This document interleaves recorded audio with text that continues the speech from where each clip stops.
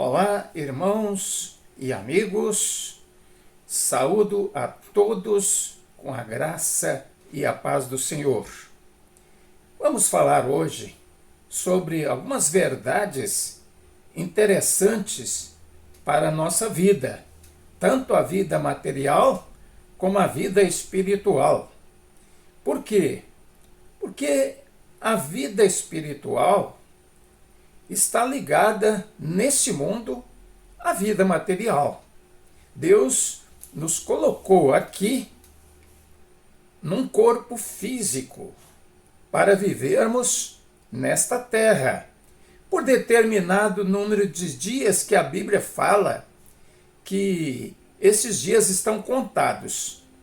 Ninguém sabe, só Deus sabe qual é o nosso tempo aqui.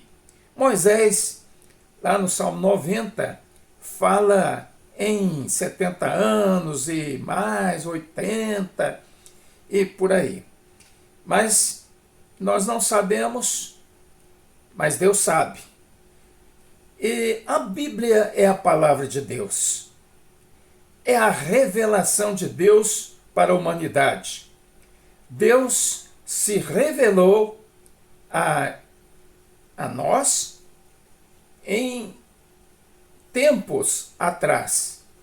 Esse tempo, alguns estimam em 1500 anos, Deus se revelando à humanidade para mostrar todas as coisas que nós necessitamos para viver aqui e também a nossa fé nele, para sabermos que existe um Deus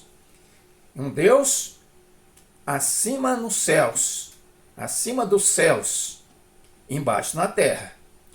E eu quero falar, as verdades que eu quero mostrar aqui, são aquelas reveladas pela palavra de Deus, ou seja, sobre a nossa vida nesse mundo. Muitos vivem aqui sem a menor preocupação com o espiritual, com o que vem depois da morte. Nós estamos agora vivendo um momento no mundo em que se fala muito na morte do Papa Francisco.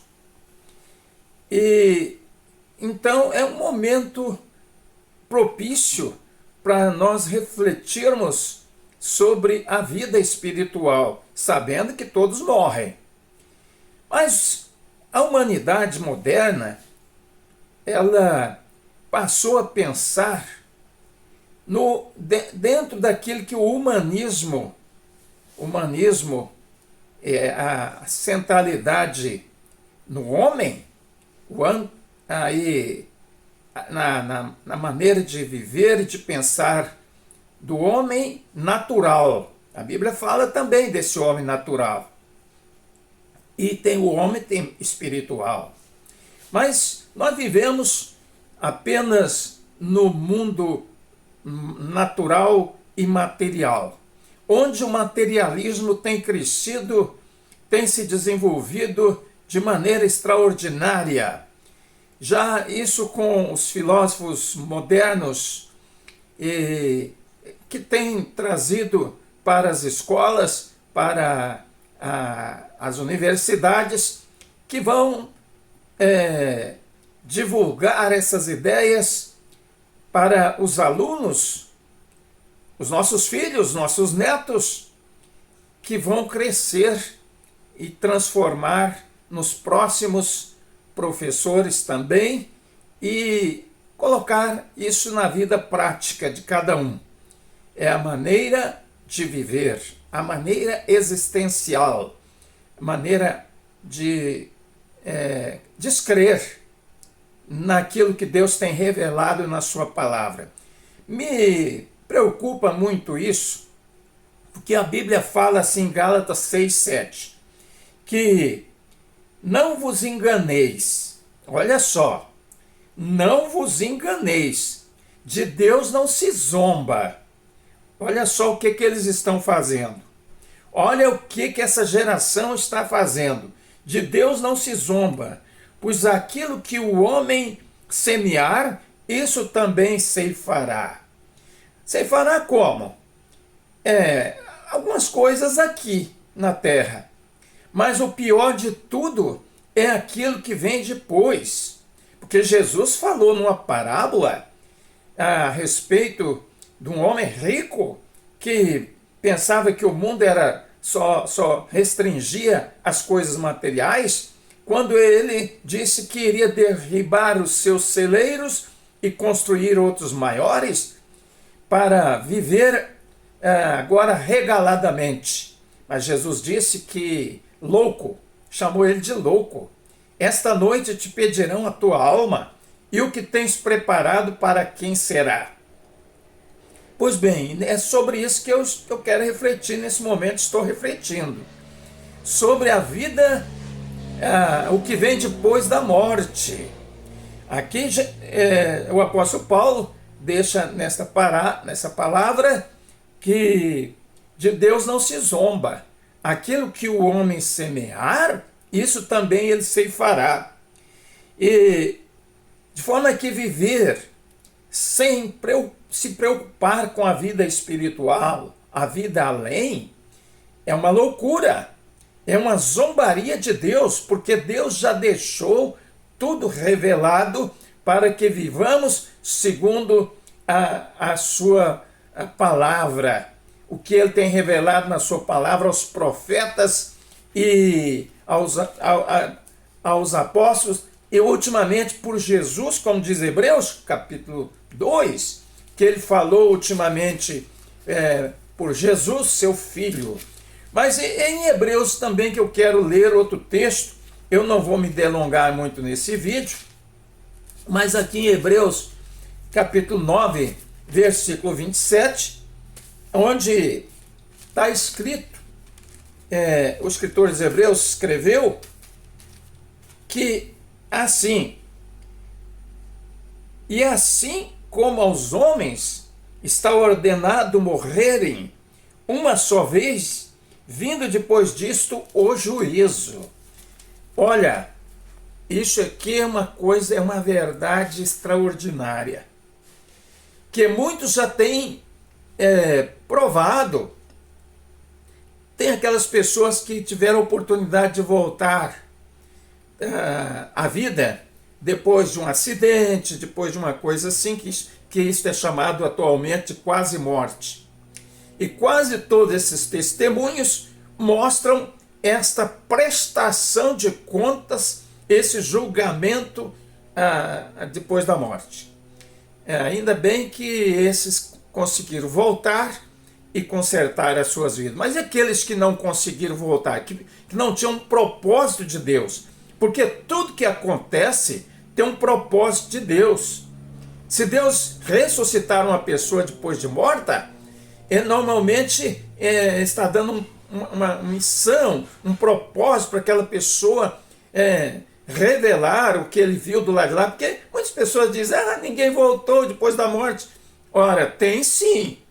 E esse que nós temos nas Escrituras, nos Evangelhos, é o próprio Jesus Cristo. Mas tem atualmente crescido o número de narrações de pessoas que voltaram. Mas eu não quero ficar nessas narrativas, nessas narrações. Narrativa hoje tem outra conotação, né? Mas eu não quero ficar nessas narrações, e eu quero ficar na Bíblia, porque Jesus voltou para dizer, e também a Bíblia diz, não precisa nenhum morto ressuscitar. Aliás, isso aí foi falado por Jesus no capítulo 16 de Lucas, quando ele conta a parábola do rico e Lázaro. Quando o rico no Hades, que hoje chama de inferno, no Hades, que é o mundo dos mortos no grego, quando o rico ali no Hades pede para o pai Abraão, que era Deus simbolizado pelo pai Abraão, manda na terra para que alguém lá, dos meus familiares, tem 5 irmãos, para que não venham para esse lugar de tormento.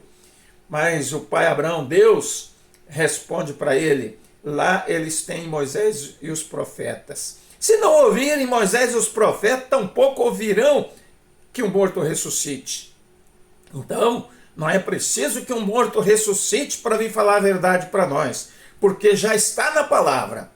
Mas tem havido essas histórias, né, que pessoas que tiveram essa experiência de quase morte, mas eu fico sempre com a Bíblia, porque a Bíblia tem tudo, vamos crer na palavra, porque aqui está escrito que aquele que semear, tudo que o homem semear, ele vai colher, e se ele não se preocupou com a sua vida espiritual, pensando que vai ter uma chance, olha, que não vai ter essa chance.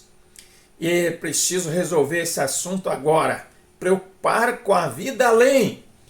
E crer na palavra de Deus e no Senhor Jesus Cristo como o único Senhor e Salvador. Jesus veio para ser o nosso Salvador.